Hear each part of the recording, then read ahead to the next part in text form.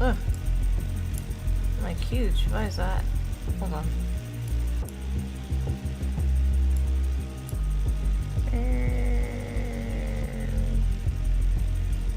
What is me? What is me?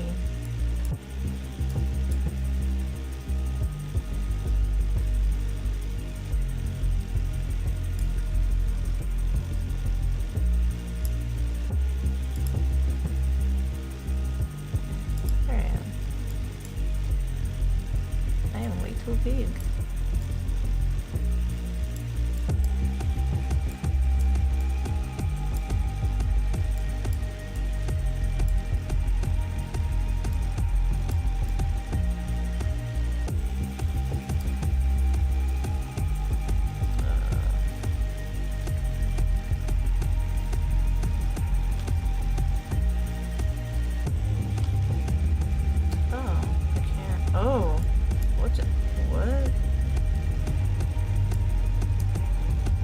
That happened.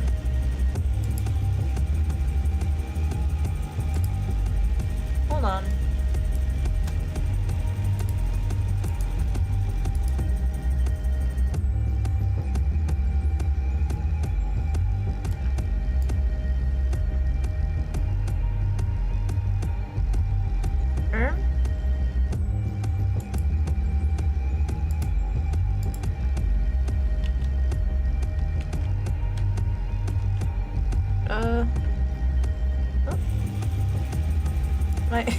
My OBS filled my screen.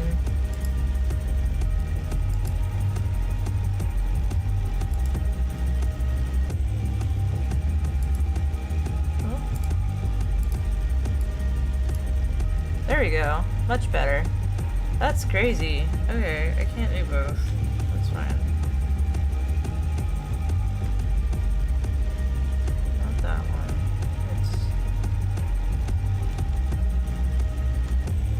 It's that one. There we go. Okay, hello.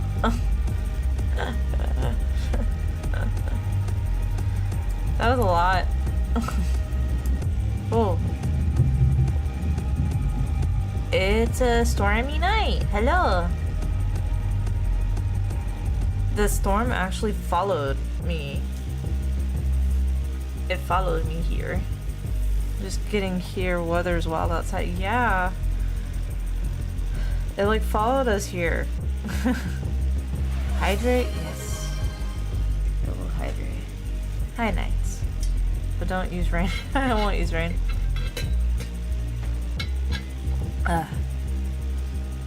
Yeah, it was raining like crazy outside, and then like we got here and it was fine, and now it's here. It's followed us. The pressure change from the rain is making me feel like poo. So this might not be a very long stream. We will see. But I will do my best. And yeah, we're gonna play some Umineko. I was gonna do Higurashi, but like Eli was like, Umineko would be pretty cool, and I'm like, you know what, it would. And I feel like it fits Halloween more because there's even a song called Happy Halloween from Umineko, so it just fits better. It just fits better. Oh. Alright. Huh. So, with that sand, the weather fits it too. It does. One stormy night. Hopefully the weather doesn't kick the electricity. That would suck. boot up. Give me that go.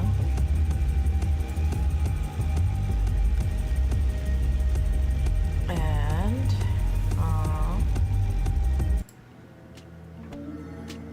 I'm big on here too.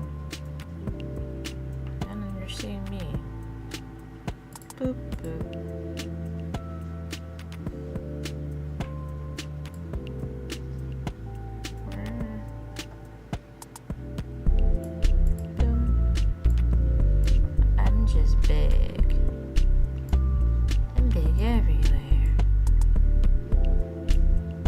Scuff is life.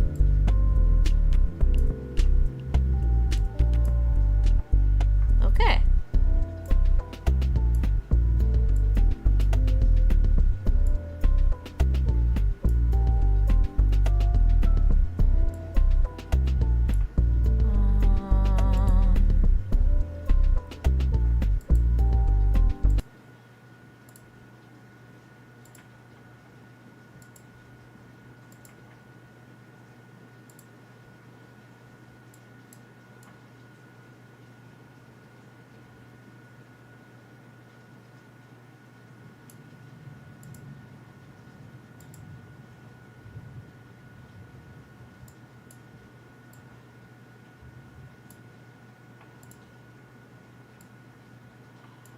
Why is it not pulling the audio from that?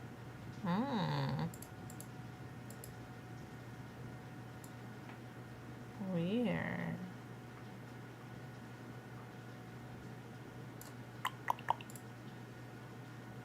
One moment, please. My audio interface is strange.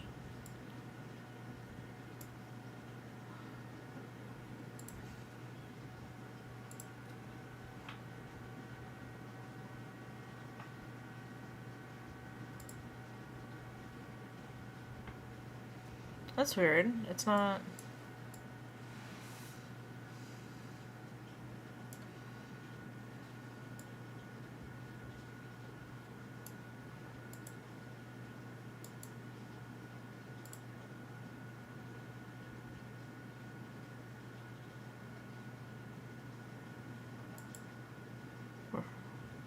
You're not hearing the game, right?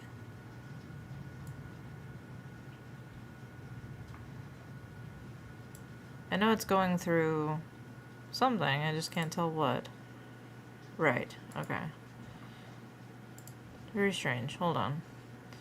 You know, I love my Elgato, don't get me wrong, but the interface is kind of annoying. Granted, I should have tried to set this up beforehand, but I really didn't have the time.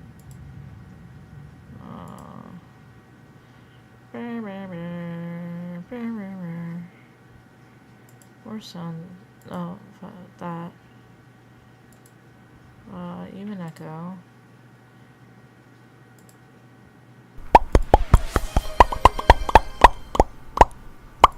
If I just put on default, do you guys hear it? You do not.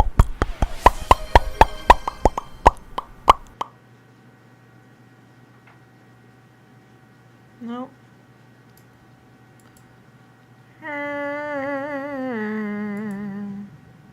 Old game issue.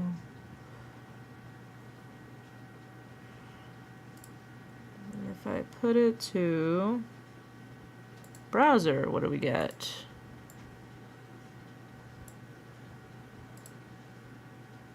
Boom. What do we get now? Nothing. Why do I hear it? That's the funny part. I can hear it.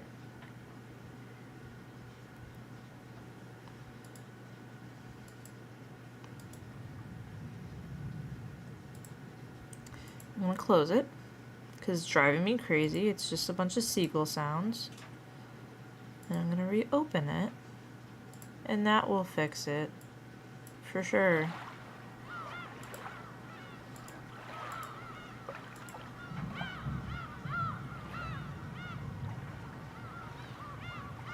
Game.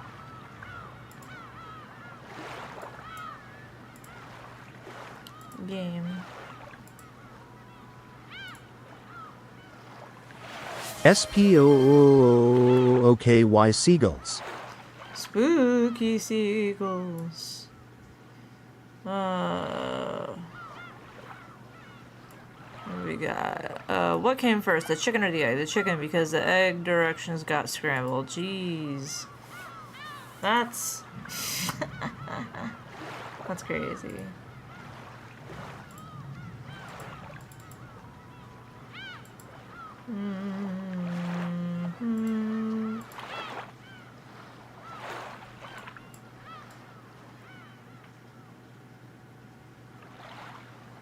Alright, you guys see Tiny Game, but you don't hear Tiny Game. Wait, browser audio. You hear Tiny Game?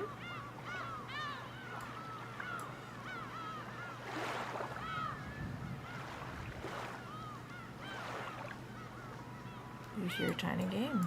Beautiful. Alright. Let's start Tiny Game.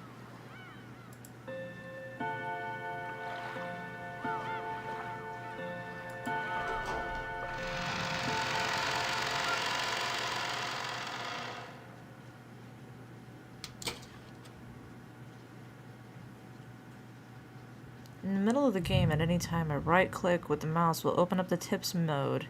Here, beside the save and load function, you can view character profiles and more. Additional information will be added as you progress through the story. Probably a good idea to take a peek every once in a while. Okay. This story is very obviously fiction and fantastical in nature. Any resemblance to individuals, organizations, and other things. Something, something. Don't get too immersed. Oh, that's loud. There we go. Is it too loud for you guys? It was loud for me.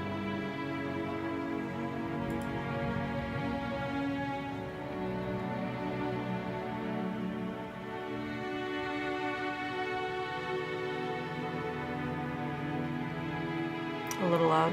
Okay. Actually, I can't hear myself, so...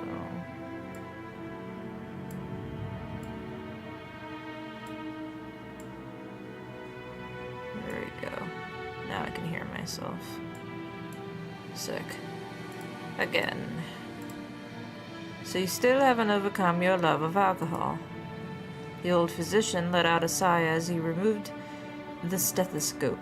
Two elderly men could be seen in the dimly lit study, which was filled with dust and sickly sweet stench. Also, Wolford Brimley, you're alive. Brimley. In the corner of the room, which was much larger than what most people would call the study... Oh. I must change to the game. Category. Human Echo. Questions arc. Back to this. In the corner of the room, which was much larger than what most people call a study, was an expensive-looking bed, a man undergoing a medical examination, and the physician conducting it. There was also what appeared to be a servant watching over the whole scene. One time, for a Sim 3 playthrough, I played a vampire and worked my way through each couple, breaking them up and becoming lovers with one person in each of their relationships. I broke up till I had access to like half the houses in the game, and then I sold all their stuff and made myself a mansion, then left them all besides the Sim I was interested in. It was a 3-month-long run. Oh my god, that's dedication. What the heck? That's crazy. The bottle is my friend. It is no less a friend than you, and it has stood by my side even longer than you have. As the man bearing his chest, As the man bearing his chest for the stethoscope rearranged his clothes, he spoke up unapologetically.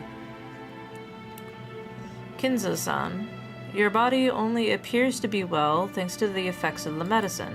However, if you continue to drink such strong spirits, the treatment will become meaningless.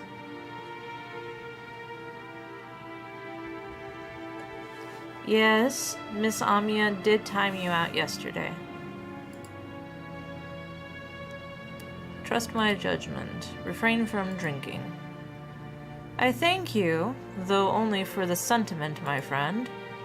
Genji. Another glass. Water it down slightly. That way Nanjo can save face. Are you quite sure?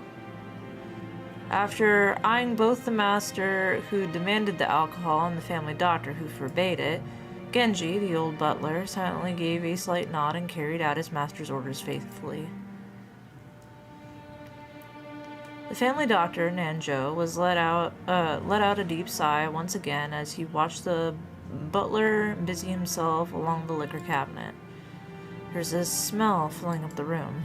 This sweet, poisonous aroma, felt as though it melted the heart, if not the soul itself. Genji looks young and old at the same time. Yeah, for real.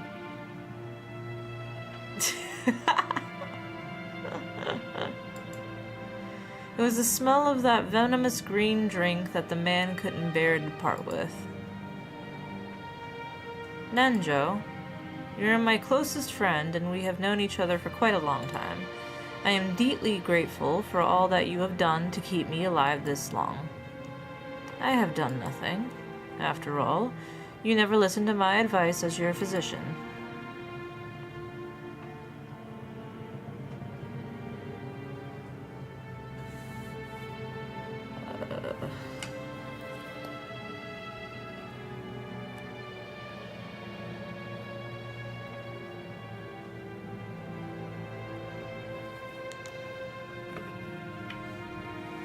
But you must understand I need the green apple buzzball.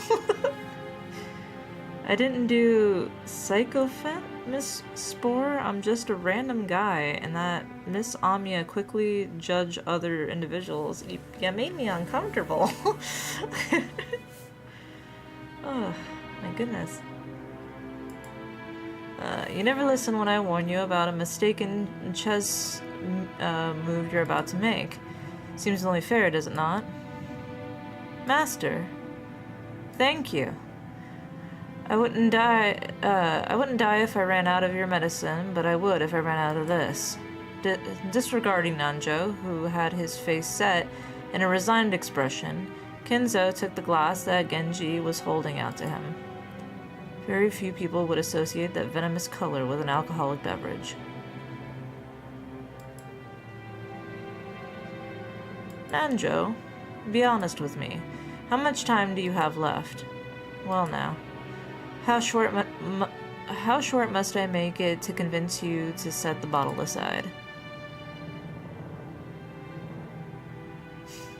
Oh, Amiya. Thank you. Nanjo once again let out a sigh of resignation. Then he finally spoke to Kinzo as the latter swirled his glass. The wording is... it's translated, so I'm trying to get my bearings. Sorry if I'm stumbling. You don't have long. What precisely do you mean by that? Let us illustrate it with the chess game here. You have nearly achieved checkmate, but you have not yet cornered my king. Nanjo's gaze was directed at a side table with massive chess set placed on top of it. Don't apologize, Kifé. Okay, have fun, gang. Thank you, Amiya. Judging by the positioning of the pieces, the game seemed to be entering its final stage. Black's rook and bishop were cutting deep into enemy lines, whilst White's king was already... White's king had already been castled and cornered, so that even an amateur could see that the match would reach its conclusion before too long. Every time Nanjo came to give a medical examination, both of them would make a few moves. Nanjo was hinting that Kinzo would most likely fall into his eternal sleep before this game could be concluded. These were less the words of a physician than they were the words of an old friend. Were you a normal patient, I would recommend that you write a will at this point. And what is a will, Nanjo? Handwritten instructions to the vultures on how to devour and scatter my corpse? Yikes. No, not at all. As the word suggests, it is a way for you to record your will for later generations. It is far more than just a means to divide up your inheritance. And apart from the division of the inheritance, what might I write? You might write of your regrets, or matters you have left unfinished, things you want to pass down to others, or merely matters you wish to communicate. Anything you want. Things I want to pass down to others or matters I wish to communicate. Ridiculous. I, Ushiromiya Kinzo, have not one thing I want to tell or leave behind. I was born with nothing. I will die with nothing. There is nothing I wish to leave to my foolish children. Even if the end were to come today, even if it were to come right now, I would accept the fate of death without a trace of fear. I created everything. My fortune, my prestige, everything. Those were built up by me, and they will be lost along with me. There is nothing I wish to leave behind. Nothing. After I'm gone, I care not if it goes to waste. I desire no tomb, no coffin. Those were the terms of the contract I made with the witch. When I die, everything will be lost. That has been part of the promise since the beginning, and that's why nothing will be left behind. There is nothing I can leave behind. After reaching a furious crescendo, Kinzo suddenly slumped over. His expression was limp and feeble, as though an evil spirit had possessed him and then left. However, I do have one regret. I have nothing to leave behind, but there is one thing I cannot leave undone. You would do well to write it down. Of course, it would be best if you could finish it before your time comes. However, even if the worst happens, those who come after you will carry it to completion. You must leave behind your regrets so that they can be resolved even if you are unable to do so yourself. That is the purpose of a will. When Nanjo tried to gently pat Kinzo's shoulder, the dying man flew into a sudden rage and batted away Nanjo's hand. It's useless, it's useless, it's useless. It must be done while I'm still alive. At the moment of my death, my soul will be devoured by the demons of the contract and wiped out of existence. For me, there will be no peace or another world after death. That's why everything must be completed before I go. That's why a will has no meaning for me. And even if I had a chance to write such a thing, if I did have such a chance, I'd want to see it.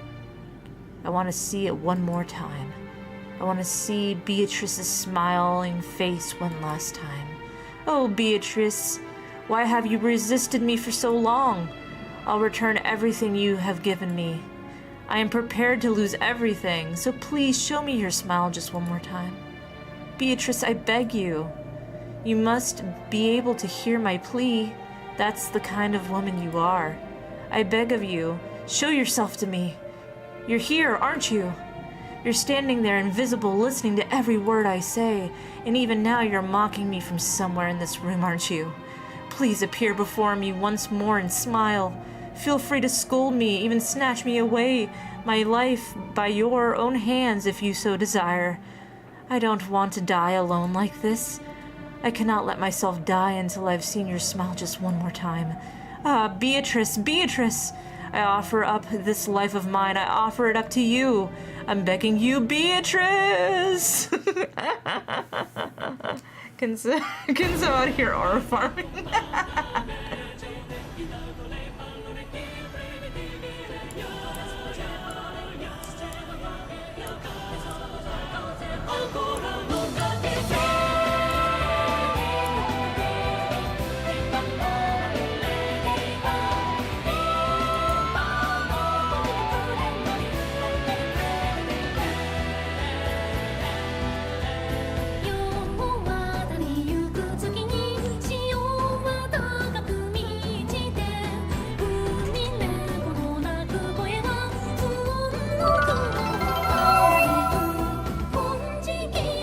The one who pulled me out. Oh, thank you for all the little bitties. If a girl shall be crowned King Arthur. Oh, thank you.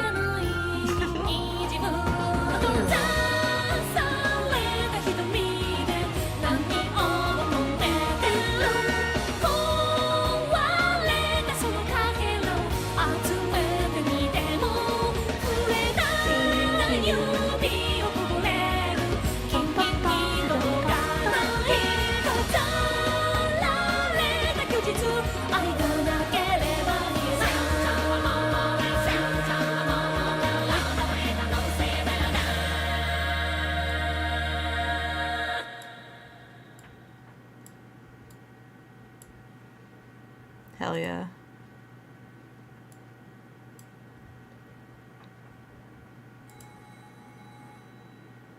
First day, October 4th, 1986.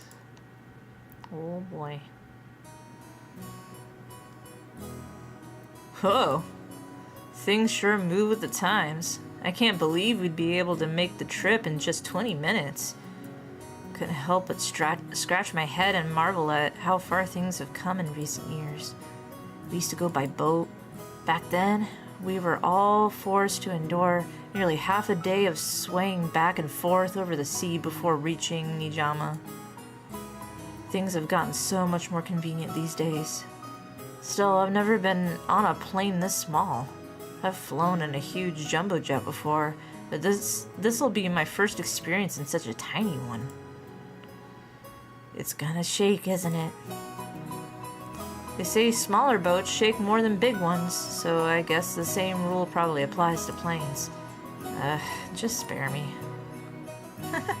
Don't worry, Battler. It shakes much less than that boat did. Ugh. Is that you, George? I'm not saying these like surnames, sorry. Don't scare me like that. You just shaved 3 years off my life. Anyway, what's shaking got to do with anything? What is that? What is this? You don't think I'm actually scared of the plane shaking or maybe falling out of the sky or something, right? There he is, there's my boy. There's your boy. Oh, of course not, my mistake. I see you've changed a lot since we last saw you. After all, it's been 6 years since then. You're not a kid anymore. Sheesh, and here you are, old enough to smoke and drink. I've got no interest in smoking, but I've always wanted to try some booze.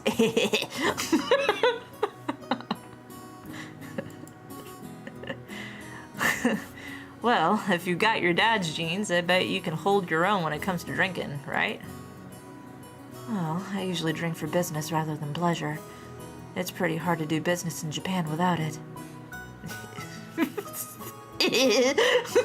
What's this?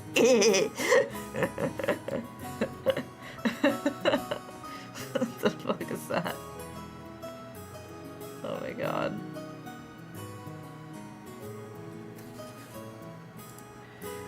That's exactly right. That's why I never miss a chance to get in some practice. That's not good, Battler. You're still a minor. Don't you know alcohol can stunt the growth of... never mind. Come on, I'm rather tall already. In fact, it'd be easier to find clothes if I shrunk a little. I puff out my chest proudly. Until I hit my growth spurt, my height was below average in class. But then I grew and I grew, and before I knew it, I'd passed 5'11". I Kifser Keef.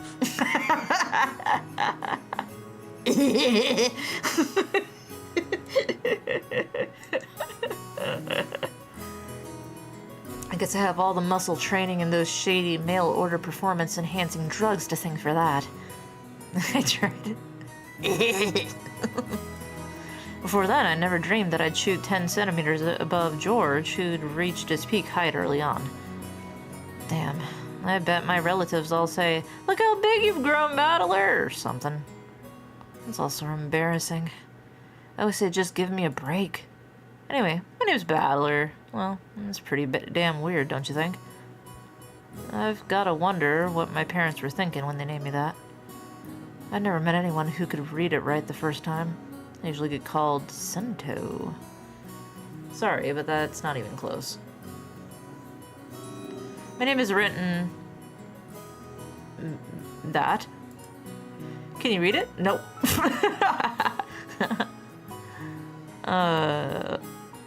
Oroshima or something? It's the first part of my family name, Ushiromiya.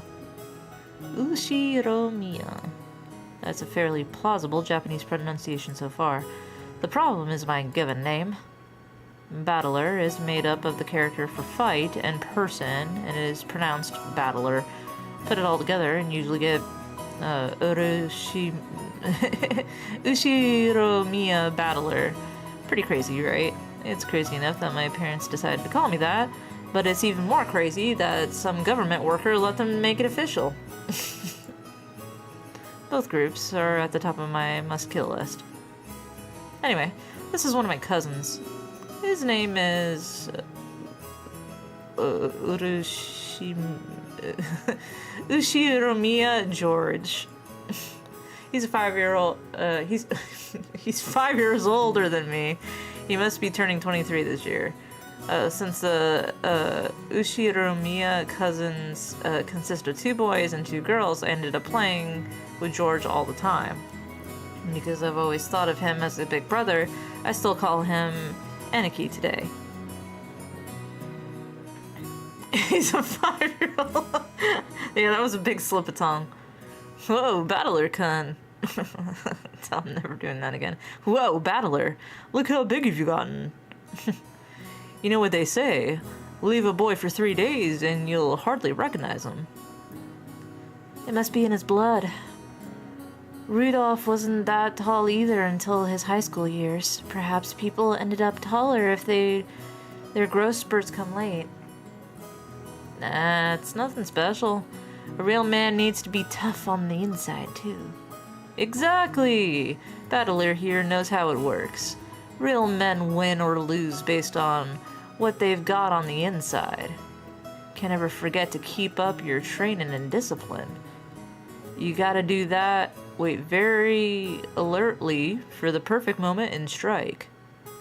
Now, I've never even imagined that I'd become the company president I am today, master of my own domain.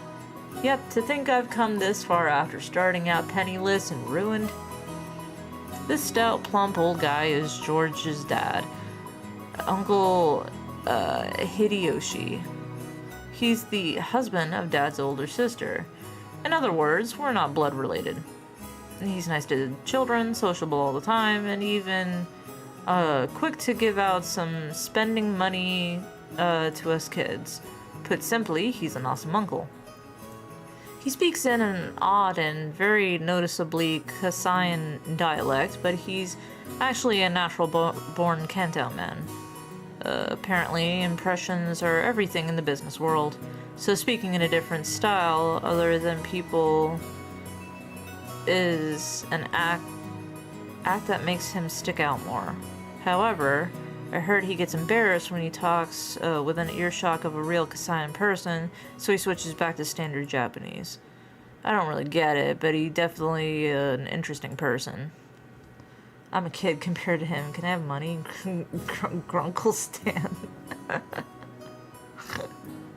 Grunkle Stan. If only you weren't so quick to brag about your life story. That's enough for now, I think. I'm sure Battler's getting tired of it. Aren't you? Nope, not at all.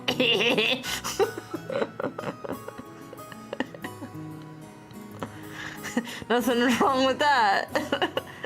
I think it's pretty cool for a man to have some stories he can brag about. I don't have anything like that at all. Oh, really? I'd imagine a man with your looks would leave girls crying left and right.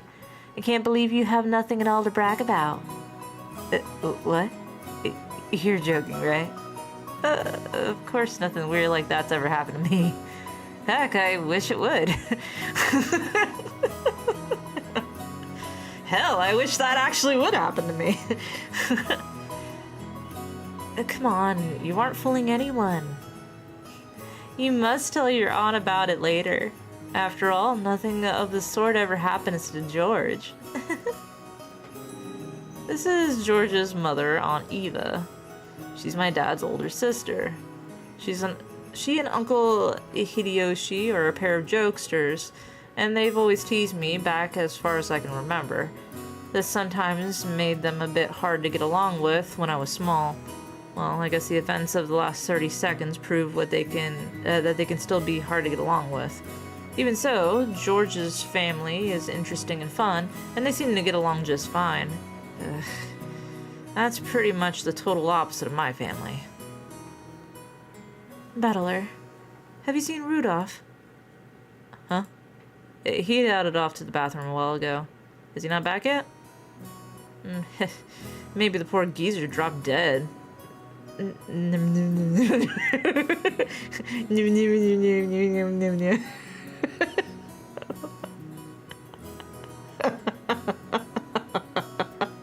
What is Battler Stim?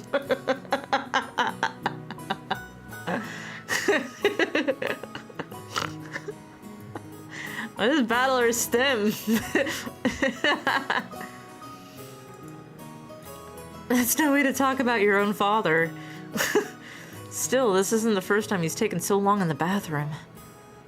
Yeah, the guy's always been that way. Does he really have to take a magazine with him every time he needs to take a dump? What on earth is he doing in there with those particular magazines? For fuck's sake.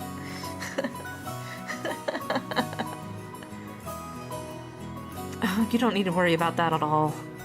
Since we've been together, I haven't let him do that on his own. Oh my god, what?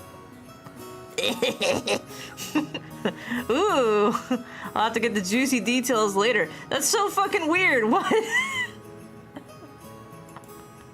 Sounds like Dad's got his balls in an iron grip. You know exactly what would happen with that man if I didn't keep a tight grip, don't you? No kidding. You're the only one capable of reining in that old bastard. As his son, I'm more than happy to let you take over. Yes, leave it all to me. After all, that's my specialty. This woman is my father's wife. Her name is Ushiromiya Kirie. As you can probably tell from our conversation, she's not my real mother. I would hope not. She's basically my stepmother. What do you mean basically? She's basically my stepmother. My real mom died 6 years ago, and Kyrie is the woman Dad got married to after. So she is your stepmother, not basically.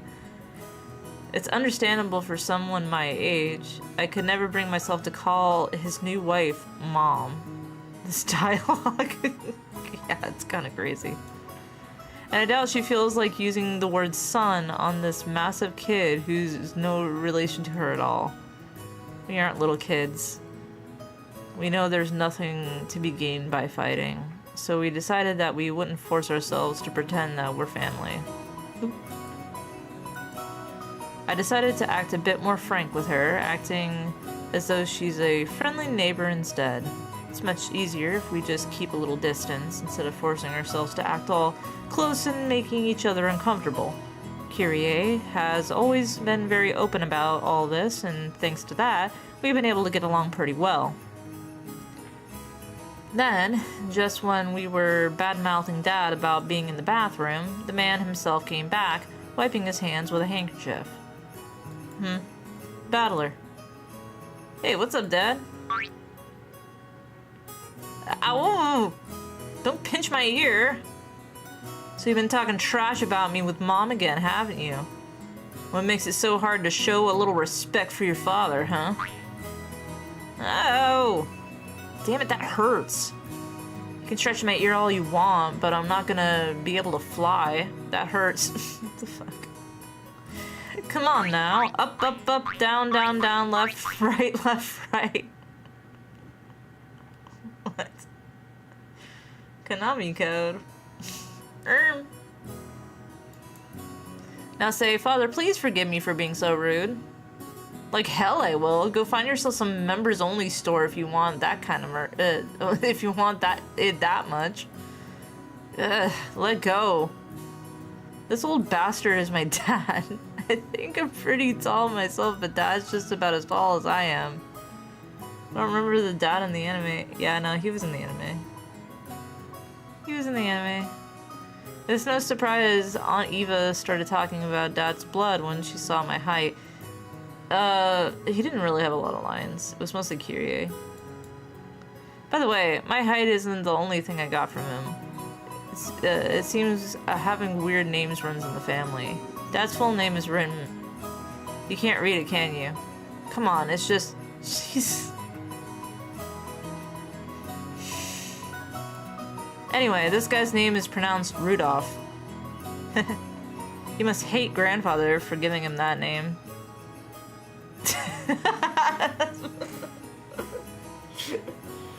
Yeah, my thoughts exactly. I'm gonna stretch. Ugh. Stretch. Still, there's no reason to pass the weird naming tradition on to me. Traditional, or was it family trauma or whatever? Generational trauma, there we go. As the old bastard twisted my ear all over the place, Aunt Ava snuck up behind him and grabbed his ear. Hey, Rudolph! You should know better than to physically abuse your son. Ugh, that hurts. This scene perfectly illustrates the relationship between the prankster younger brother and the older sister who could deal out punishment to him despite his size. I think that's good enough for now, Eva.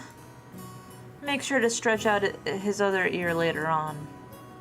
Oh, my apologies. I must leave some pulling for you to do, Kyrie. Rudolph? Make sure Kyrie gives you lots and lots of punishments later on, okay?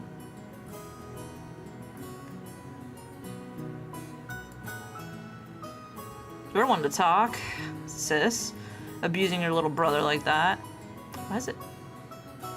Older sister, little brother. Hideyoshi Nii-san. I'd like to thank you very much for picking her up. If you hadn't been so generous, she'd still be unsold in the store. What? You have my gratitude and apologies. What? Who are you calling unsold? After taking 2-3 steps back, Aunt Ava unleashes one of her beautiful high reverse roundhouse kicks, which stopped just a centimeter away from the tip of Dad's nose. After starting out with Tai Chi Chuan for her figure, Aunt Ava then developed an interest in the Chinese martial arts. After that, she went through karate, taekwondo, I think it's capoeira, and what is it she's learning now and again? Anyway, they say a woman's weapons are in her lower body, and that's literally true for Ava. Rudolph! Did you know that a single direct blow to the side of the head like that would knock you unconscious? Not so long ago, I accidentally connected in a practice match, and my opponent was out cold. Ugh, what a pain. I'm so sorry she can't help walking like a freak. What the hell? Capoeira? Capoeira? Capoeira? Dad, completely unfazed, shrugged and smiled unironically at Uncle Hideyoshi. Never had a brother or sister myself, so when I see you two bickering with each other, it makes me feel all warm and fuzzy inside. Eddie Gordo's fighting style in Tekken. Ah. It sure is nice to have a big family. Oh, then why not consider making a little brother for George? He's already a fine adult who's about to go off on his own, so it might be a good time to have another child. Hey, I have a little sympathy for the new kid and all the pain and suffering he'd have to live through. I'm surprised even George turned out as well as he did after being born from this sinister sister of mine. What an awesome kid he is. Please share some of that with our blockhead of a son someday, will you? That's not at all how it happened. It's thanks to Eva's proper rearing that George became the kind, gentle kid he is now. Isn't that right, big sis? Oh, come on now. You think so? Or George still has a long way to go. Oh, by the way, how's your little Ange doing? I hear she was vomiting. Oh, that's right. And I was hoping to finally see her face after such a long time. Is she okay? She often catches colds when the seasons change. She's very frail. I did want to bring her along, but we decided to have my family look after her this time. I think that was a wise move. She'll heal a lot better if she stays away from the venomous head family household. A child's health is always more important than an adult's convenience, don't you think? I know some great medicine for vomiting colds like that. When we get back home, I'll send you some right away, so please, let her try some. Thank you very much, Hideyoshi. I'm always in your debt. And once the conversation suddenly veered off in that direction, we kids didn't have any chance of butting in. For now, I'm just happy Aunt Eva gave Dad his just deserts for tugging on my ear. Are we still waiting for the weather report? George pointed out at the counter. The checking weather sign was still stuck next to the departure time for the flight we were scheduled to board. According to Anarchy, smaller planes are much more subject to winds and other effects of the weather. And it's not all uncommon for flights to be delayed because of that. Wait a sec. We are totally sure it's not gonna shake, right? From down here on the ground, it just looks cloudy, not windy. Well, I guess it's different up where the planes fly. The weather is a bit uncertain today. Aunt Eva looked at the TV in the lounge. The weather forecast was being broadcast, informing us that the typhoon was approaching the Kanto region. A typhoon again? Guess there's no help in it with the annual family conference being held in October. Couldn't he have chosen a better season? I agree. I always hoped we could have it sometime around the Oban festival in mid-August. In that case, why don't you suggest that to Father and Big Brother during the conference? Very funny. Why don't you do it yourself? Our brother would never listen to anything I suggest. No way. It doesn't really bother me that much to have it in October. I was just saying you might want to propose it, and since I said you hate typhoons so much... I only said that typhoons always come around this time of year. You're the one who said you wanted to move it to the Oban festival, right? My goodness, they are just bickering. Yo, Kifé, I hope you're having a good time. Thank you! Thank you for stopping by. The Kanto region, Ash Ketchum is gonna get swept away by a typhoon. Oh my gosh. Or whatever his laugh is. But thank you for stopping by. Hope you've been doing well. Well, you said it too last year. Didn't you say that it would be easier to fit into your schedule if we had it during the Oban festival? I never said anything like that. Oh, yes, you did. I certainly wouldn't forget something like that. No, I didn't. You're the one saying that all the time. Didn't you know? Stopping a kick that's just hair's breadth away from impact is a very high level technique. Is that a real word? Chillin'. Nice. Sheesh, woman, your age shouldn't spread their legs like that. What? What? What? What? Dad and Aunt Eva's argument looked no different from a couple of brats quarreling. Even though they usually behave like normal parents, they turn right back into kids again when they meet their siblings at the family conference.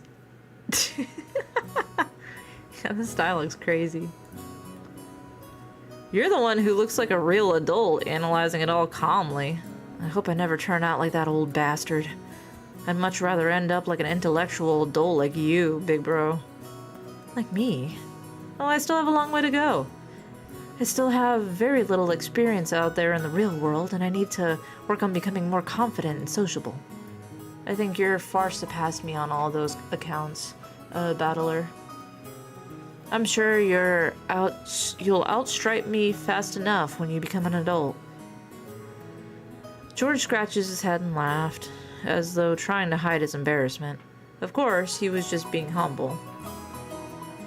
Big brother entered a university and became an apprentice at Uncle Hideyoshi's company at the same time, studying both academics and how to become a business empire in parallel. Then, right after graduating, he got into Uncle Hideyoshi's company as his father's aide, piling up a lot of real-life experience as he devoted himself zealously to his work. His great dream is to one day stand on his own and build up his own kingdom. Big Brother is a real paragon of a man, sparing no effort as he strives towards his goal. It's no exaggeration to say that I really respect him.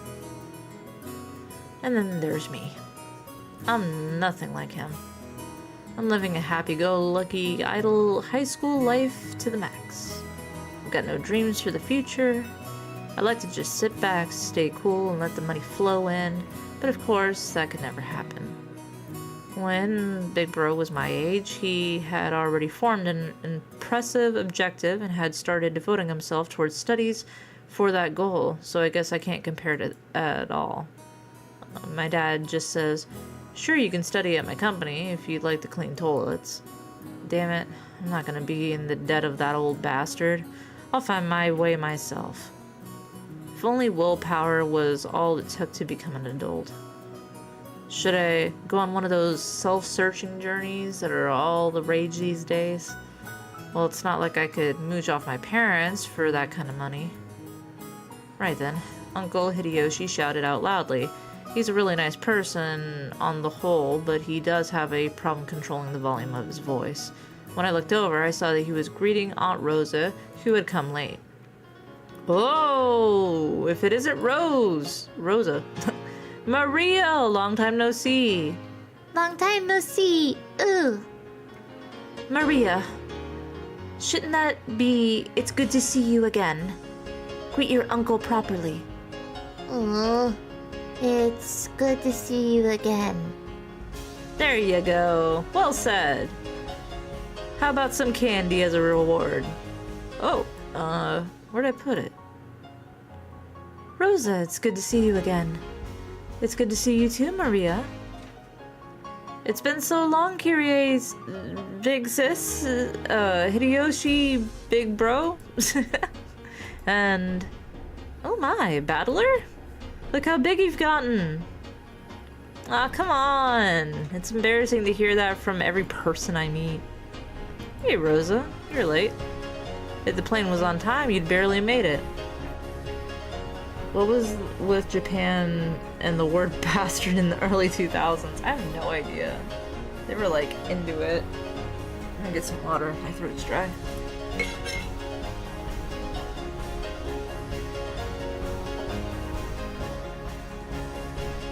Okay.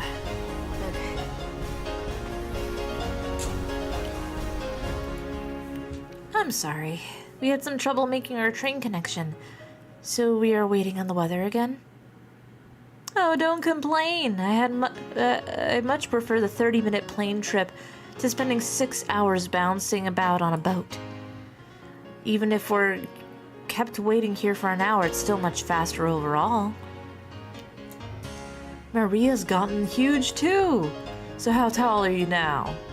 Ugh. So how tall am I now? Maria parroted Uncle Hideyoshi's question, looking up at her mother. I guess she didn't remember her own height. She's probably right in the middle of a growth spurt, so her height must have changed every month. Give it a few more years and she'll suddenly start looking feminine. Just how tall were you the last time you got measured? You keep getting bigger and bigger, don't you? Right? Ugh. I think she's grown a lot since last year. Let's see, she turned 9 years old this year, didn't she? 9 years old. Oh. That's right, you're 9 years old now. Glad to see you're doing well, Maria. Up you go. Yeah, I guess you've gotten a bit too heavy to play airplane with.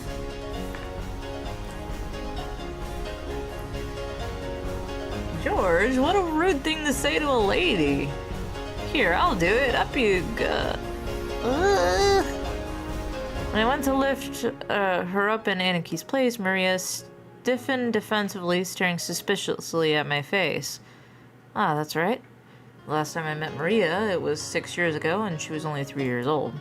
Of course she doesn't remember my face. Maria, don't you remember? It's Battler. We used to play together, remember? No surprise, I guess. The last time she met Battler, she was only 3. You don't keep memories at that age. She must know everyone's face apart from mine because she meets them every year, but I haven't had a contact with the Ushiromiya family for about 6 years now. Excuse me. So it's no surprise that this 9-year-old girl doesn't have any memories of me. Even I can only just barely remember her being the 3-year-old crybaby. Maria, this is Battler, Rudolph's son. Understand? The brother's son is the brother's son. What? The brother's son is. The brother is the son.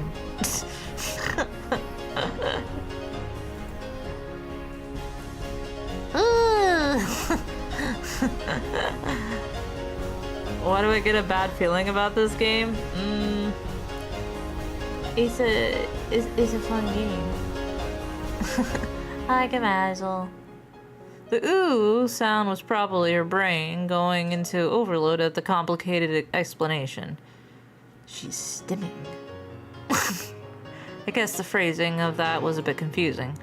Ni or Oni, the title you use to refer to an actual older brother, can also be a friendly honorific for a boy who's only a bit older than you.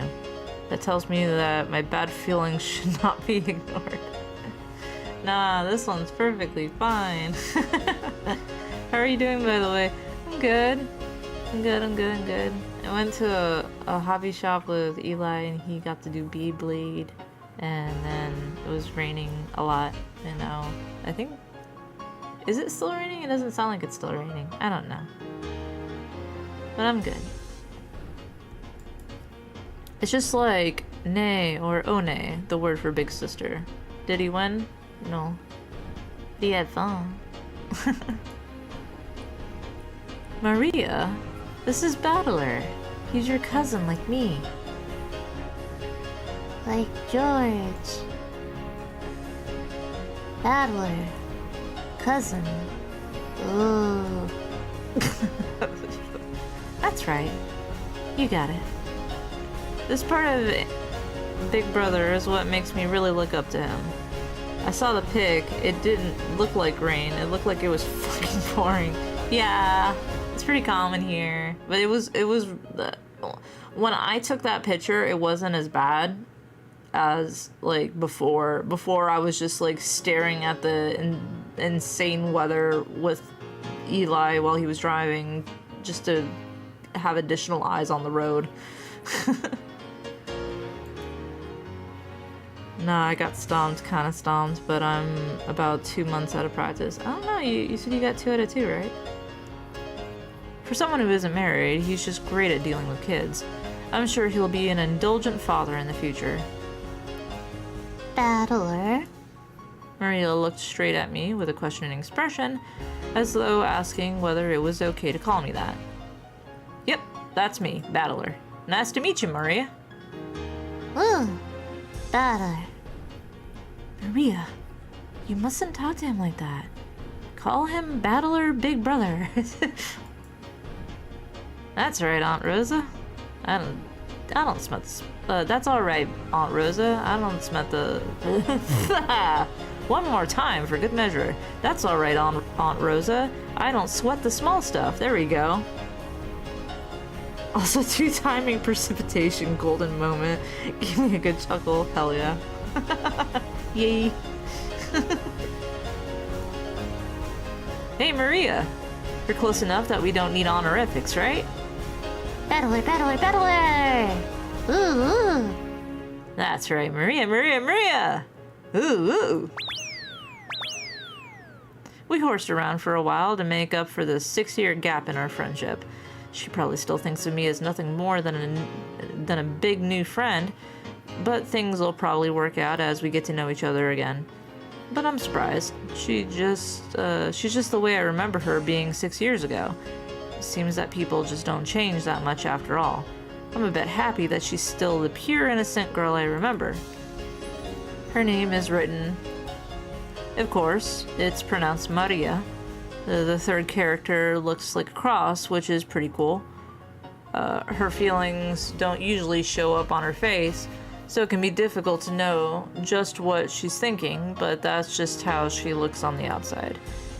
On the inside, she's just a sweet, normal girl. Then there's Maria's mother, Aunt Rosa. She's my dad's younger sister. Rosa is written. Her name, here's her name that's totally not Japanese. Sorry to say it, but her name is almost as ridiculous as Dad's. I've gotten to respect her for not ending up as screwed up as he is. When I think about it, all the names in the family sound foreign. Just why is grandfather so obsessed with that? Because of him, even we grandchildren have to put up with this weird naming sense. It's even more annoying since grandfather's own name is perfectly normal. Anyway, there's one thing about Aunt Rosa that's a relief compared to the other family members. The old bastard and Aunt Eva have this annoying urge to tease me and mock people all the time.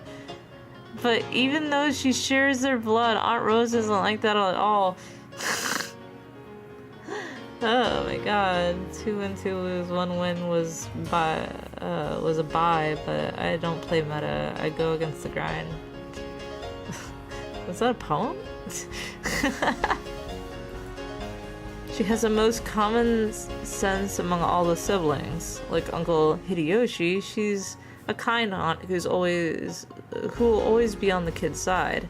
However, possibly because she's more strict as a parent, she's not liberal with handing out spending money like Uncle Hideyoshi. Okay. Now we have the entire group of family members who are going to board the plane. At the moment, as though it had waited for us all to arrive, an announcement rang out through the lobby. Our apologies for the delay. Boarding will now commence for flight 201 to Nijima. We ask that the passengers please form 2 lines in front of the counter behind the white line. Rosa, you still haven't gone through the boarding procedures, right? Hurry up. Oh no. Maria, come on. We had to go through a metal detector before going out the runway. Our small plane wasn't as massive as an international flight, but it was still a plane. A staff member holding a metal detector checked us all. No, it was my tournament results. No, just the way you said it sounded like a poem. Once all of us cleared the check, we followed the staff members out to the runway. Come to think of it, everyone here is in the Ushiromiya family. It's like this is the reverse charter flight or something. Our group stopped in front of the entrance to the airplane. Then our guide turned around and spoke, looking down at the passenger list as he did. Boarding will now commence.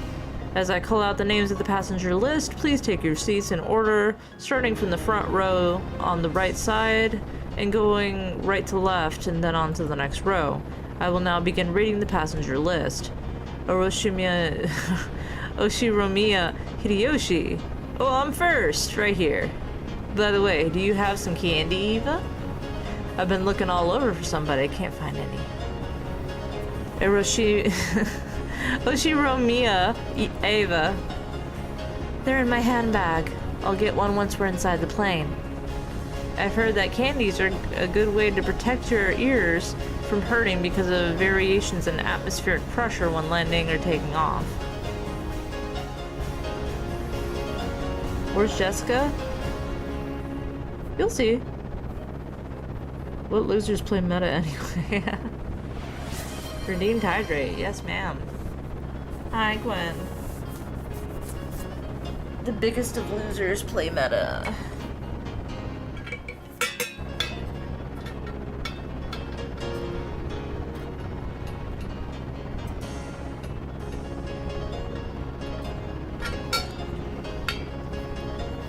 Ah, much better. Thank you. That's probably what they're talking about. Hope I get a window seat. Don't worry, there aren't any other kinds of seats.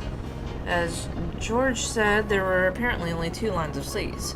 So this is what a small plane is like. We are totally sure it's not gonna shake, right?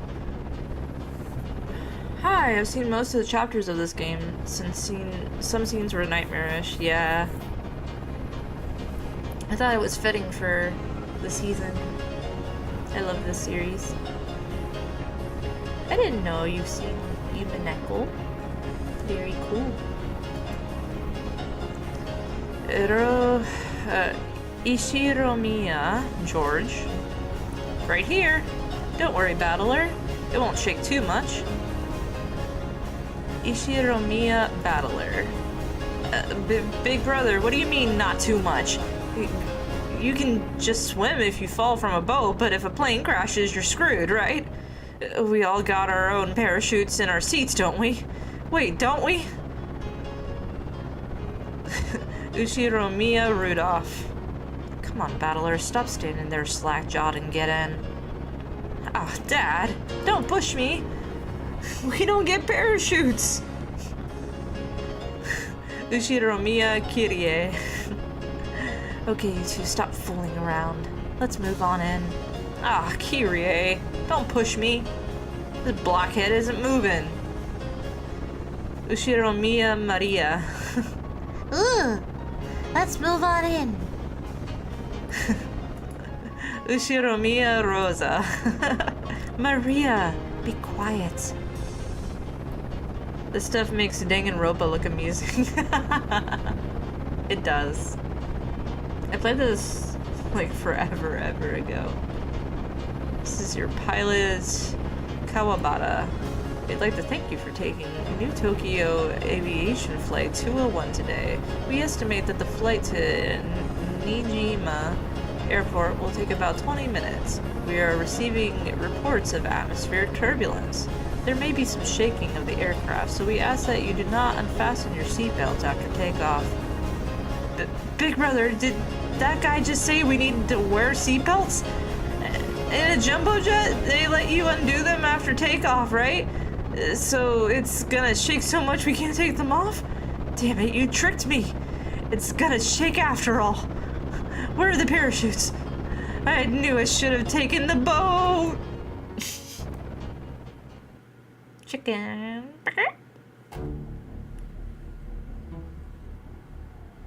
Legend of the Golden Witch.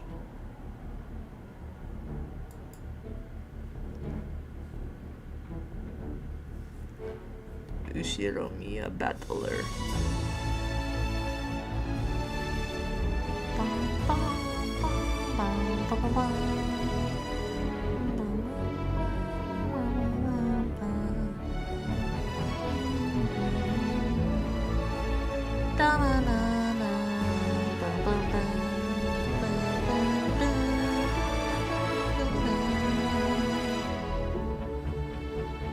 Soundtrack for this game is so fucking good.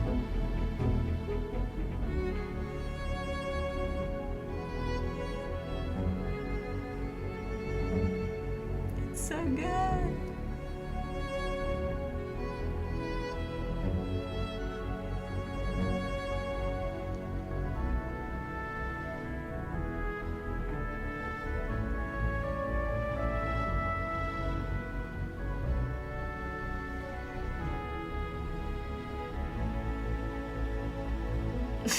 Wait, is it over already? No.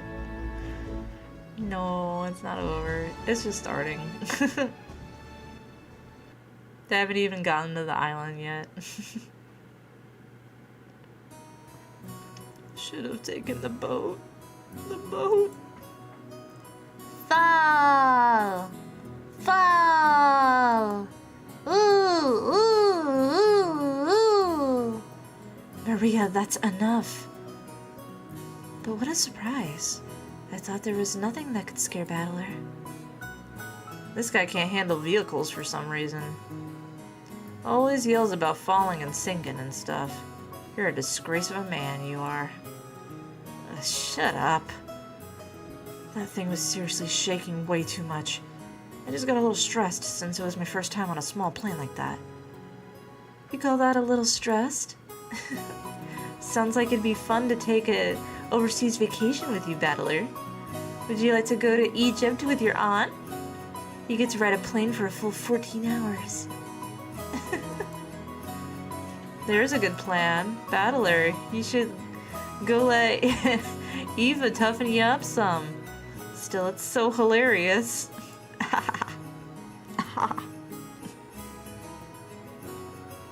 Don't they take a boat in the anime? They do take a boat in the anime. No. Everyone got their own strong and weak points. It's bad enough to laugh them.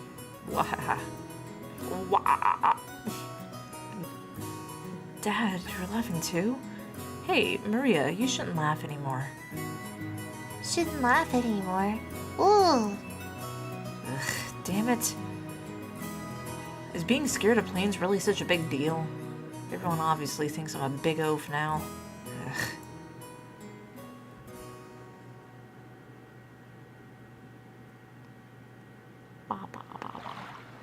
We split up and took separate taxis from the airport to the harbor. There is the boat. From there on, we would be taking a boat to the island.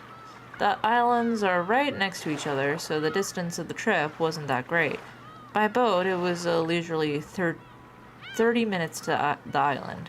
When we reached the pier where the boat to the island was anchored, we saw a figure waving at us.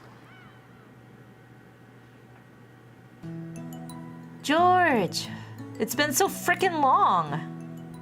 Jessica, it's been a year since I saw you. You've gotten taller again, haven't you?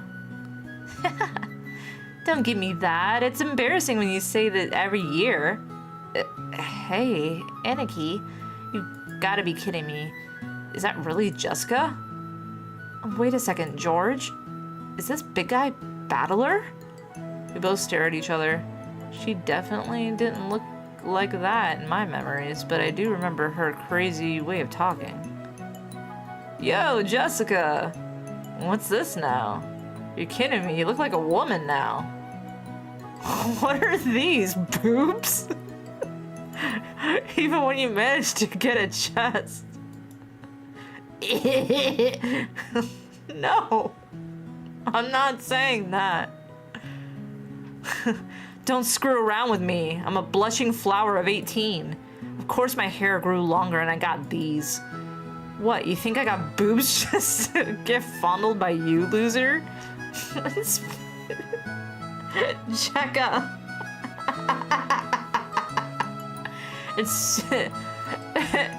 And speaking of you, sure, you got all ridiculously huge, but did you get a bit stronger too? Don't screw with me, I'll show you how much training I've done since back then. You're pissing me off. I'll beat you at your own game. Oh my god. Mikkel. This headstrong girl's name is... She was born under the same unlucky star as me, sharing the same kind of weird name. Anyway, it's pronounced Jessica. She's Dad's older brother's daughter. That older brother happens to be the oldest son of the Oshiromiya family. So for now, it means Jessica is the direct family heir. I'll be glad when all these like introductions are over, because like my brother's sister's cousin's uncle's dad by the family. It's like my dyslexia is like brrr. Since Jessica and I are the same age and sometimes had little boy-girl squabbles with each other, we've always been used to fighting and joking around together whenever the relatives gather. Jessica grew more quickly, so she always had me beat in terms of size and physical strength. When we scuffled in a contest of strength, it usually went Jessica's way. So even though I realized I'd grown bigger, part of my mind was still convinced that I couldn't beat Jessica. What? Oh! What the? What are you getting all serious for? Hey, this is nothing. Jessica, you've gotten weak. Shut up. I'm a girl. So of course I couldn't beat a guy with physical strength forever, right? I am your father's brother's nephew's cousin, former roommate.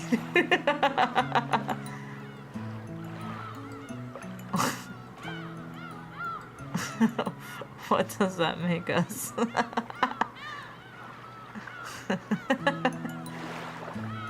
Well, you've got a point there. The meat I put on my arms all went to your chest. It looks like it'd be a pretty even test of strength between my arms and your boobs, don't you think? Absolutely nothing.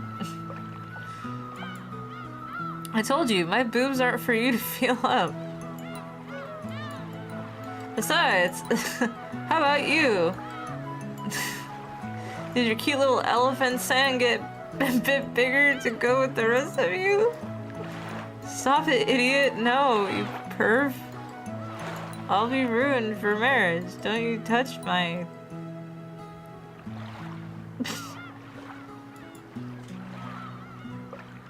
Don't say stuff people are going to misinterpret. Honestly, I was so surprised at how feminine Jessica had become that I had to joke around like an idiot to hide it. Well, considering what a bossy brat she was 6 years ago, anyone would be surprised. And I guess she's just surprised. She probably wouldn't expect to lose to me in a test of strength. After losing that easily, she must be shocked at how much I've grown in the past 6 years. 6 years. Once again, I'm being shown just what a huge gap of time that was. Crap. Total defeat. It's like I'm no match for you anymore. That's not true. Even Battler must have his weaknesses. Right, Maria? Ooh! Fall!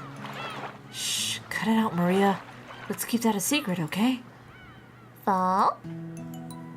Oh, fall? The hell are you talking about? Sorry, but there's no chance you'll see that weakness of mine now. After all, the nightmare plane trip is already over and done with. This dialogue. I see your shorts as big as mine. Only thing left is the nice, quiet splashing of the boat ride. I never thought I'd start loving that piece of junk boat this much.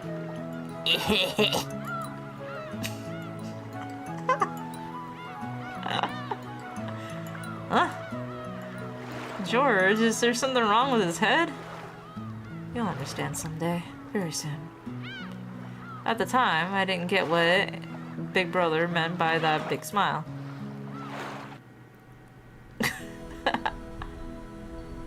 What have we here? Oh, Battler, how big you've grown.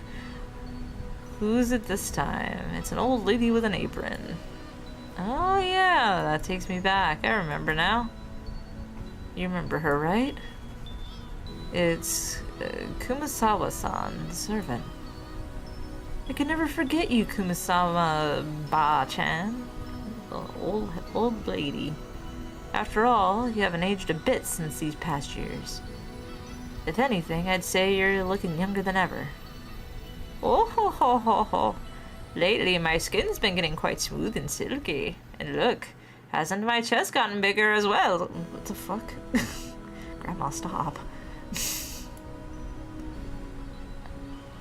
No. No, Grandma. Bad. Bad, Grandma. How'd you like a little feel? You're kidding, right? My breast fondling is strictly limited to bouncy girls. Oh, I was quite bouncy in my youth. Don't be shy. Fondle to your heart's content. Bro, I'm dying. Same. I am also dying. Ugh, give me a break. It's girls I'm looking for, not grannies. The jokes I'd crack about Jessica were being turned against me. Come to think of it, Bruh. Kumasama. Yeah. Kumasawa has always been that type to tease people.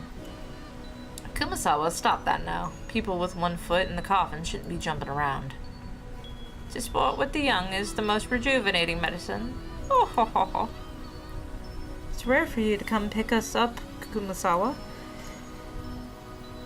Excuse me. I wonder what has gotten into you. Usually your lumbago kicks in whenever someone is giving you a job to do. Oh ho ho ho ho ho ho.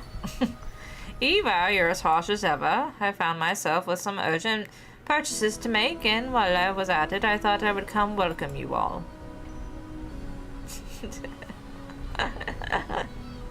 Although it does give me a bad impression if the one waiting to greet you is a decrepit old woman.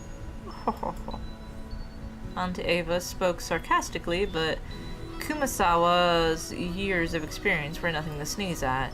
She was more than capable of smoothly and coolly deflecting that comment. Well, it feels bad to say, but old Kumasawa, Ba-chan, may be past her prime as a servant. She might act as though she's in good health, but between the headaches and her lumbago, her body is wearing out. If my grandma said that to me when I was younger, I would just jump to the fear and slam back. She's a servant, she's not actually their grandma. But also, come on. Come on, servant person. How old is she this year again? She must be pushing 80 at least. It's incredible that she's still able to act so cheery. You just seem to be getting more and more lively. It'd be way to go to the mainland with your Olympic gold medal. Oh, that's right. Here you are. It's the tea I told you about before. Look, I bought you some. Please do try it later on. Aunt Rosa took a souvenir bag out of her suitcase. To think that she remembered a promise that she'd apparently made last year and faithfully bought it. This sort of thoughtfulness was just like Aunt Rosa. She wasn't the kind of person who would forget or break a promise. Kumasawa seemed deeply touched, not only that Aunt Rosa had remembered this year-old promise, but that she would bring a gift to a simple servant like her. This woman is Kumasawa Chiyo-san, and she's a senior servant who's been working at the Oroshimiya head family household for many years. As you'd expect from someone her age, manual labor isn't her strong point, but she's a kind of super servant who can handle just about anything else, from kitchen work to cleaning and laundry. It seems like her only flaw is a tendency to slack off. I hear she tries to get away from heavy or troublesome work by playing up to her chronic diseases. In Kumasawa's case, this was probably a sign of craftiness rather than laziness, though it probably doesn't impress those paying her salary. Well, even if she's pretty flaky when it comes to work, I could never dislike her. I guess that's probably because of her cheerfulness and her constant smile. I got tongue-tied. Oh snap, it's 9. BRB, gotta hit Wendy's up before it's too late. Careful driving. I passed out for a bit, lol. Careful driving. I'm glad to see you're still in fine spirits. How's your back been doing? Even with the medicine, it's not getting one whit better. According to the doctor, nothing can be done for this one. It's what you might call an incurable disease. Oh, ho, ho. Anyway, Jessica just keeps getting prettier. Good thing she takes after Natsuhi. Really? Personally, I don't think we look alike at all. I mean, I don't even want to be like my parents. 'Cause I got zero respect for them. Now, you shouldn't say such things. Though there are quite a few people who don't want to be like their parents in our family. Ah, that's me! You sure as hell better not take after me. Your nose looking like mine already pisses me off. What are you talking about? You're surprisingly alike, you and your father. Come on, you can't be serious. Just how am I like Dad? You're a lot like him, especially how arrogant and prideful you are. Father's blood is especially strong in you, big brother. Wouldn't you say, Rosa? Oh, absolutely. Cross and Rudolph are almost unbelievably like Dad. Alright, already. Why am I the only one under fire from those girls? Hideyoshi, give me a hand, please. My, Rudolph. You're always so popular with the ladies. I'm jealous. Haha. Ho ho ho ho ho. As usual, you're popular enough to make me jealous. Well then, everyone, shall we head over to the boat? Come now, Maria, let's get on the boat together, okay? Get on the boat together. Ooh. Everyone get on together. Ooh. Hell yeah, it's time. This time around, I'm not gonna be scared. I'm used to being shaken by the waves. With this piece of junk fishing boat, I'm less afraid of the shaking than the engine breaking down and the boat drifting off. Oh yes, bottler, I forgot to tell you. That fishing boat was completely worn out, so it was taken out of commission a few years back. Now we get taken to the island on a different boat. Alright! It's Balor's first time in the new boat. It's super comfy and frickin' fast. It can go at crazy high speeds. Oh. That means less travel time, right? That sounds great. Having to worry about sinking is less scary than being on a plane, but it'd still be awesome to get it over with as quick as possible. Oh. Is Balor going to fall again? That's only on airplanes. Everything's fine now. Anyway, it's the captain's pride and joy. A kind of modded high-speed boat. Seems he's got it pretty souped up. He was bragging about how he'd attached 4 base high-efficiency propellers to make it break 40 knots or something like that. He talks about it all the time, so I've sort of memorized the spiel. Yeah, I got it memorized too, since we hear about it every year. The captain says he's been obsessed with modding ever since he lost a speed contest with a foreign boat ages ago. According to him, that opponent managed to break 30 knots with just a fishing boat. And his thirst for revenge... wait. Is it her talking? And his thirst for revenge match got him to build an awesome, all-new, high-speed modded boat. I'm sure you'll love it, Battler. Super high-speed modded boat. My first thought was that this would be much better than some beat-up boat that might sink at any moment, but for some reason I got this feeling of foreboding. I'm probably just overthinking it.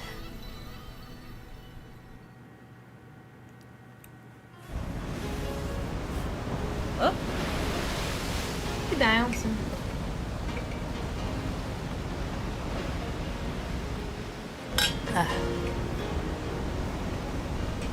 Hey, Battler, maybe you should swim to the island. Battler, you shouldn't lean over the railing too much. You might fall. Ooh. Fall. Damn it. So this is why you were all grinning back there. This is a super high-speed boat that the captain started modding. Oh yes, that piece of junk... Oh yes, that piece of junk fishing boat was 6 years old doesn't hold a candle to this guy. It's shaking. Gonna fall. Ooh. Gonna fall. If I fall, I'll land in the ocean and drown. Where's the parachute? I mean, where's the buoy? Give me a life jacket. Wah, wah, wah, wah, wah. Peddler, what the heck are you doing that for? Wah, wah, wah, wah, wah. Is this really like a laugh? Jessica, Maria, it's not nice to tease. Battler, if you're scared, then just don't come out on the deck. I think you'll be able to calm down a bit if you go inside the boat. That's a no thank you, big bro. Shipwreck victims are always the ones inside the boat. The survivors are usually those on the deck during the accident.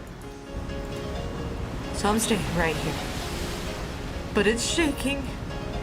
I'm gonna fall. Whoa! Shaking, gonna fall. Ooh, ooh, ooh. Maria, I told you to behave yourself. But, Battler, it looks like you really can't handle it. I'll go tell the captain to slow down for you. Whoa! Aunt Rosa, thank you! I can tell you now that safe, slow driving is definitely the way to go. Even on the sea! Don't do that, Rosa. Trial and tribulations are important for a young man. Isn't that right, Battler? You better be able to overcome a little scare like this. Otherwise, you'll never be able to go to Egypt with your aunt. Ah! Aunt Ava, you're so mean! No, I'm gonna fall! Life jacket, parachute! Ah! Wait, I gotta spin it around and think that way. What's the enemy aiming for? Is he doing it to scare me? If that's what he's aiming for, too bad. Like hell, I'll be scared! But no, I'm gonna fall! Bro, chill out. It's not that serious. So, after I made a huge fool of myself for a while, Aunt Rosa had a talk with the boat captain, and he slowed down to a more manageable speed for me. That's a bit better. I thought I was gonna die earlier. Apparently, the max speed I can tolerate is extremely slow. But that just now was completely insane. The whole boat was shaking. Sliding and leaping on the ocean's surface. It felt like I was riding on the back of a flying fish. Jessica was still gawping at me as I leaned against the railing, tired and disheartened.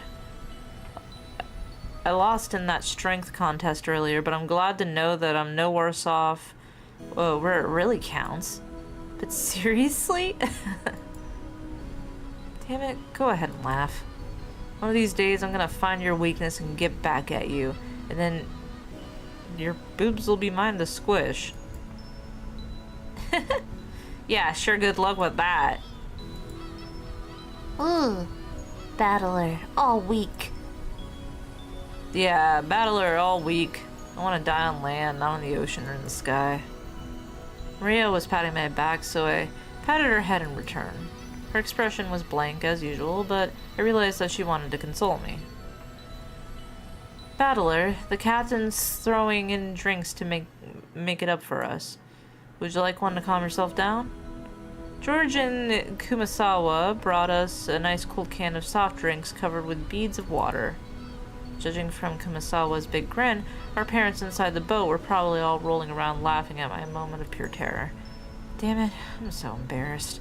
I can't bear to face any of them. If I didn't change the subject somehow, I had the feeling I'd be the butt of everyone's joke for the whole trip, so I tried to think of something harmless to talk about. Hey, Jessica. How are Uncle Cross and Aunt, Natsuhi doing? My old man and mom? Unfortunately, they're fine. I thought every other word about their mouths is study, although every other word out of their mouths is study, which pisses me off. So I'm jealous since it doesn't look like Uncle Hideyoshi or Uncle Rudolph would say stuff like that. No, before I had exams, my parents kept pressing me about it over and over. I thought it was annoying then, but now I'm grateful. I knew it. You really are awesome, Maneki. Anyway, I had to look after myself. No one tells me what to do. Well, it's not like I'd listen if they did. Battler, have you still not returned to your parents' home? Well, I kinda go back now and then. I've got lots of clothes and stuff left at the house I was living in until recently. Huh? Battler has 2 houses. Something like that. Why? Why do you have 2 houses? Oh. Oh. Only Maria, who couldn't really grasp the situation, voiced this naive question. However, the other just shot nervous glances at me, choosing not to respond even though they knew the answer. Maria! Look, you can see the harbor now. Look, over there. Can you see it? Oh. Saw the harbor, saw the harbor. Apparently, Jessica was trying to be nice by changing the subject. Well, I'd rather not talk about it if I can help it, but it's uncomfortable to have it treated like some kind of weird taboo. I don't mind it that much myself anymore, but maybe a member of the Oshiromiya family. I may be a member of the Oshiromiya family, but the truth is that for these last 6 years, I've been living with my grandparents on my late mother's side, and I've been using her family name. With those grandparents passed away, one after the other, I basically had no choice but to go back and live with the old bastard. Don't get me wrong, I didn't just run away from home or anything like that. The only one at fault here is my dad. I don't really blame Kyrie. Being able to hold that old bastard's reins and hide him out is no mean feat. Still, the way the old bastard betrayed my mom, well, unfortunately, I still haven't fully gotten over that. We'll be getting there soon. George cleared his throat, trying to change the subject. Please forgive my indiscretion. It seems this old woman had said too much already. If I had hurt your feelings... I don't mind. And no one's feeling hurt. Don't worry. Don't worry, Kumasawa. Kumasawa seemed to regret speaking out of turn. But I was more concerned about being worried over something like that, so I stood up and passed it off lightly. After that, I had a sip of my drink and headed over to Marie and Jessica, who were gazing at the silhouette of the island. Ooh. Battler saw the island, saw the island. There, there, there. Ooh, ooh, ooh. Where is it? Oh, I see it now. Even after 6 years, the island hasn't changed a bit. The small island silhouette in front of us had gotten pretty close. This island's name is Rokenjima. It's a small island about 10 kilometers around, located in the Izu archipelago. Since they call this archipelago, I think I'm saying that right, archipelago? The Izu 7, a lot of people think there are only 7 islands, but that's not true. There's actually several more, and Rokenjima is one of the minor islands that don't get counted. Even if that weren't the case, I doubt you'd find many people who knew about this island. Only people connected to the Oroshimiya family ever go there. In other words, outsiders and tourists never have any reason to care about it. So you'd never find the island's name in a travel brochure. After all of Rokenjima is an estate possessed by the Oroshimiya family. Only the Oshiromiya family live there, and only people connected to the Oshiromiya family come and go to and from there. There's nothing there except a harbor and a mansion. The vast majority of the island is still just uncultivated forest. Such a waste when it could be made into a nice golf course or something. However, when you realize that the entire coastline is a private beach, it starts to sound pretty magnificent. You've probably guessed by now, but to put it simply, well, the Oshiromiya family is just rolling in dough. The head family apparently possesses a vast fortune, and Dad and the others who make up the branch families have built up plenty of wealth for themselves, finding success in their respective businesses. I've been living a commoner's life at my grandparents' home these 6 years, so I'd completely forgotten. But the old bastard's house really is elegant, and everything about it tuned to match the snobbish taste of the annoyingly rich. Come to think of it, I guess that makes George, Jessica, Maria, and me wealthy, high-class gentlemen and ladies. Needless to say, none of us think of ourselves that way at all. I don't see myself as being rich, and George, who takes self-discipline very seriously, doesn't let himself get too comfortable. Jessica is always complaining that she'd rather move to the city than be rich, and Maria is still a kid who isn't even interested in money at all. Does that attitude really make us any less snobbish? From the perspective of people in poverty who can't pay their bills, we really have been blessed with a lot. This isn't the place to be explaining any further, so I won't. Anyway, it's the same as not being able to choose the parents you're born from. I didn't ask to be born into a rich family, and I don't think it's really something to be envied. It can be pretty trying when people are prejudiced against you just because you're rich and refuse to judge you by your merits. I know that word, I can't read it right now. As I pondered these sentimental thoughts, Maria started shouting and leaning over the railing. Oh, yeah. My throat.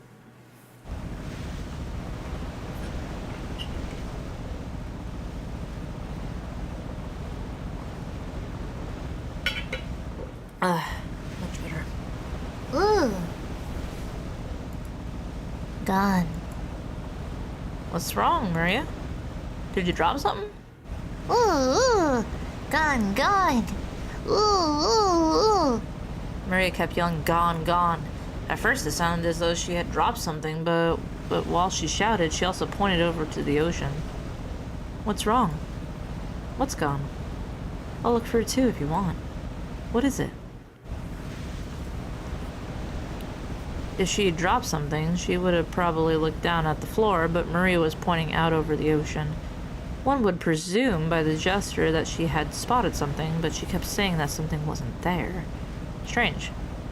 However, since my last memories of this place came from 6 years ago, I was able to spot it before Big Brother, who comes here every year. If I remember correctly, wasn't there a torii or something on top of a small crag around here? That's right, it was definitely there. I remember it well, since as we get closer to the island, it's the first thing to greet us, like a landmark.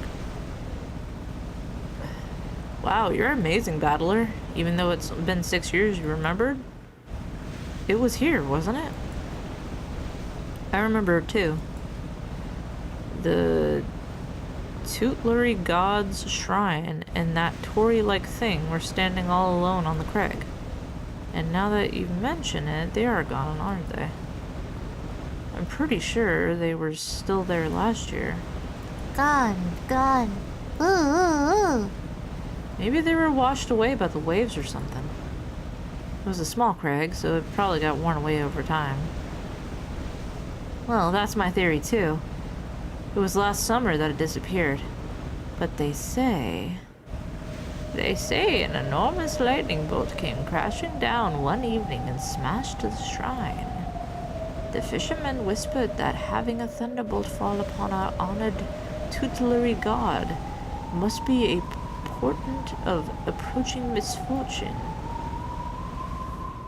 Kanwabara. Kumasawa smiled impishly as if teasing us, rubbing her hands together while intoning a Japanese phrase meant to ward off lightning.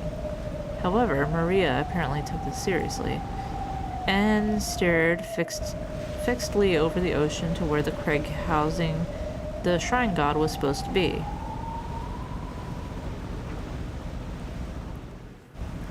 A portent of misfortune. Oh. Enough, Kumasawa. Maria isn't old enough to get that kind of joke. It's okay, Maria.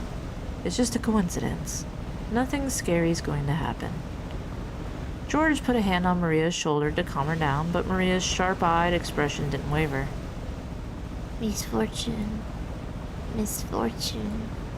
Maria muttered that word over and over. Apparently, repeating a single word over and over is a habit that Maria has had for a long time. However, since the word she was saying was literally an ill omen, it was a bit creepy. She stims. Hey now, Maria. If you say it over and over like that, misfortune really will end up happening, you know? I tapped Maria's other shoulder. Maria whipped her head around, stared into my face, and spoke unblinkingly. Oh, misfortune is coming. Is this where the fucked up shit happens? And just where is this coming from? I answered lightheartedly, trying to break the tension in the air. At that moment, Maria held up a finger, raising her arm high and pointed up to the heavens. When I looked up, I saw that the sky was still just as cloudy, but it had grown a great deal more leaden than it had been this morning. That's right, they were saying that a typhoon was approaching. We had planned to spend one night on the island, but if this storm doesn't pass quickly, I won't be able to make it to school on Monday. Well, I guess it makes for a pretty good excuse to be absent. Oh. She apparently sensed some kind of misfortune in this cloudy sky. She's been muttering that nonstop for a while now. Girls at Maria's age tend to be very impressionable. She's just about the age that many girls start to get excited about sixth senses and whether they have a psychic potential and stuff. Or for all we know, this might be due to her childish, sensitive nature.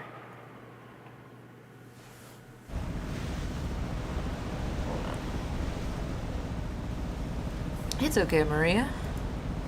The weather might get worse tonight, but tomorrow it'll clear up and become a pretty blue sky. Oh. Pretty blue sky. Oh. That's right. By tomorrow it'll be a pretty blue sky. There's no rain that doesn't end and no clouds that never clear. You know, I learned the difference between a typhoon and a hurricane is the direction they spin, aka which part of the hemisphere they're in. So they're basically literally the same at that point. They're just spinning in a different direction. Huh. Okay. I survived, yo. Yay! Good job. You got your Wendy's? Got your Wendy's? Oh. Rain that doesn't end. Clouds that never clear. Oh. Yeah, exactly. Well, then I've survived a backwards typhoon multiple times. I know the typhoon's coming, but soon it'll go away. Which is a weird distinction, but yeah, that is weird. It'll be okay, Maria. Oh. Oh. Oh. Oh. Maria starts yelling, ooh. It looked as though she was having a tantrum because no one could understand what she was trying to say. What in the world is Maria so desperate to warn us about? Unable to understand her, we couldn't help but feel a vague sense of misfortune. I've heard that everyone can feel the supernatural, but that it weakens as you age. And that might mean that Maria, the youngest one of us all, still possesses some kind of sense that the rest of us had lost. Wait, where are these people then? They're in Japan. They're in Japan. I wonder if that's the sense. I wonder if that sense is sending her a warning. At that moment, Kumasawa quietly opened her mouth. Rumor has it that long ago, Rokenjima was Kumasawa. Let's not talk about that now. Just as Kumasama was about to tell some kind of story, Jessica sharply interrupts her. Jessica's tone was firm, extremely firm for her. I wanted to push her further, just out of simple curiosity, but judging by the look on Jessica's face, whatever Kumasawa was likely to say would probably make Maria even more uneasy. If if I did try to press her for the story, the odds were pretty good that it wouldn't be anything bright and cheery. Oh, ha ha ha ha. I do apologize about that. The wind here is hard to bear for the elderly, so if you would excuse me now. Gossipers have no reason to hang around after they've been told to stop chatting. When Kumasawa finally realizes that she had overstepped her bounds, she went back inside of the boat. After she left, Uncle Hideyoshi showed up in her place. Since he arrived mid-conversation, he completely failed to notice the complicated atmosphere that hung about the scene. So he refreshingly and unwittingly swept that atmosphere aside. So in the end, it was his lack of tact that brightened the mood. Looks like we're almost there. Okay, just a bit more. Took forever at the speed we went today, didn't it? Wonder whose fault that was. Aw, Uncle Hideyoshi, give me a break already. Come on, don't stop there. Seriously, thanks to battle here, it's taken forever. Maria probably thought that everyone was refusing to listen to her. She hung her head, wearing a fretful expression. As she did, George crouched down to meet her eyes and spoke to her kindly. Maria, there's nothing to be afraid of, because we're all together. There's nothing to be afraid of if we're together. Go ahead and say it. Oh, there's nothing to be afraid of if we're together. Yes. There's nothing to be afraid of if, we're with each other.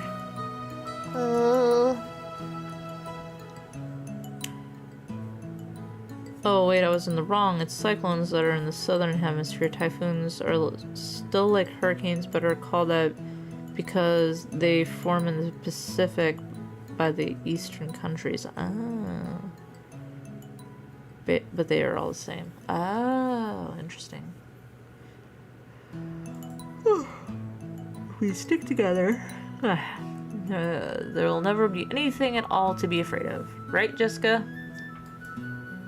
Yeah, no doubt about that. What George says is always true, Maria. Oh, George always true.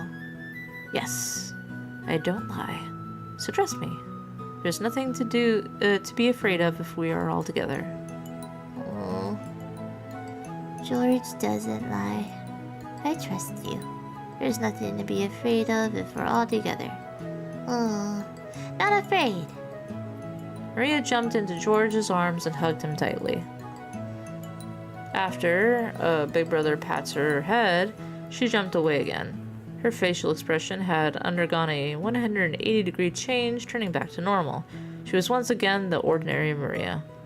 Oh, there's nothing to be afraid of anymore because we are together. Oh. Yeah, that's it. You look all better now. You're strong, and that's awesome. Oh, I'm awesome. Hey now, what's going on here? Maria didn't get seasick, did she? Well, something like that. We'll be arriving soon. The harbor was already drawing near.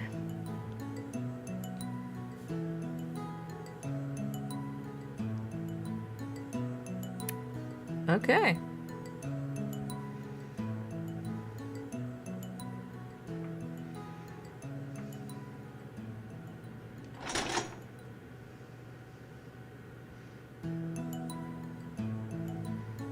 I think that's good timing. Bum, bum, bum, bum, bum, bum, bum. The boat gave a big shudder. I'm going to save.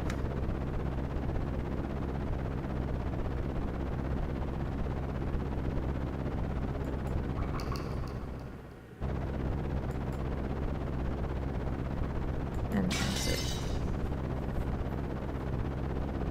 And close. Okay. Ending for today? Yes.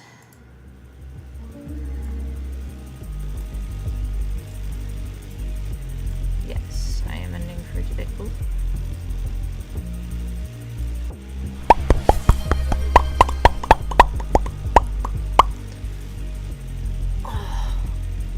we will continue this journey.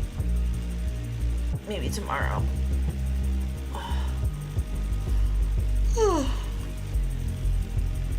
That or art, I don't know which yet. Are we raiding tonight? Do you have somebody to raid?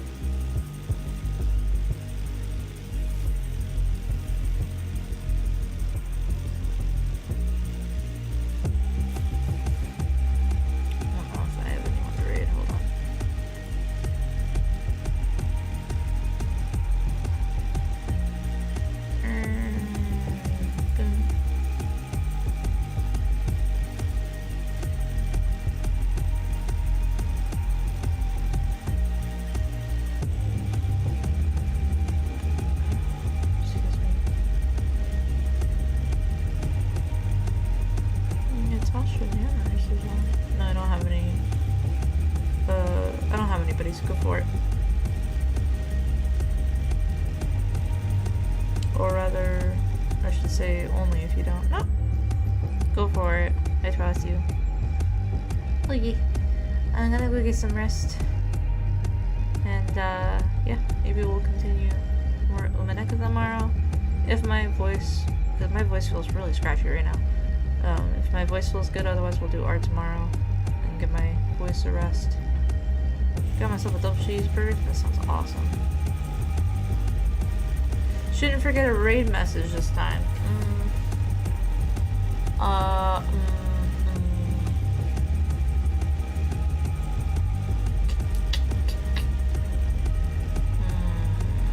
Been planning tonight since I got back from my sister's wedding.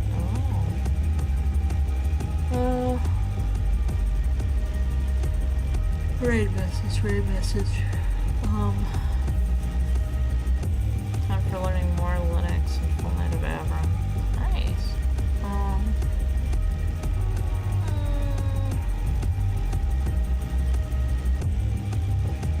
I don't know.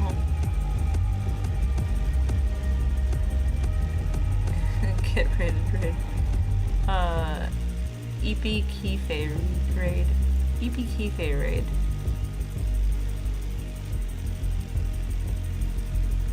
Kifé crash out raid? Sure. I'm not crashing out right now, but might as well.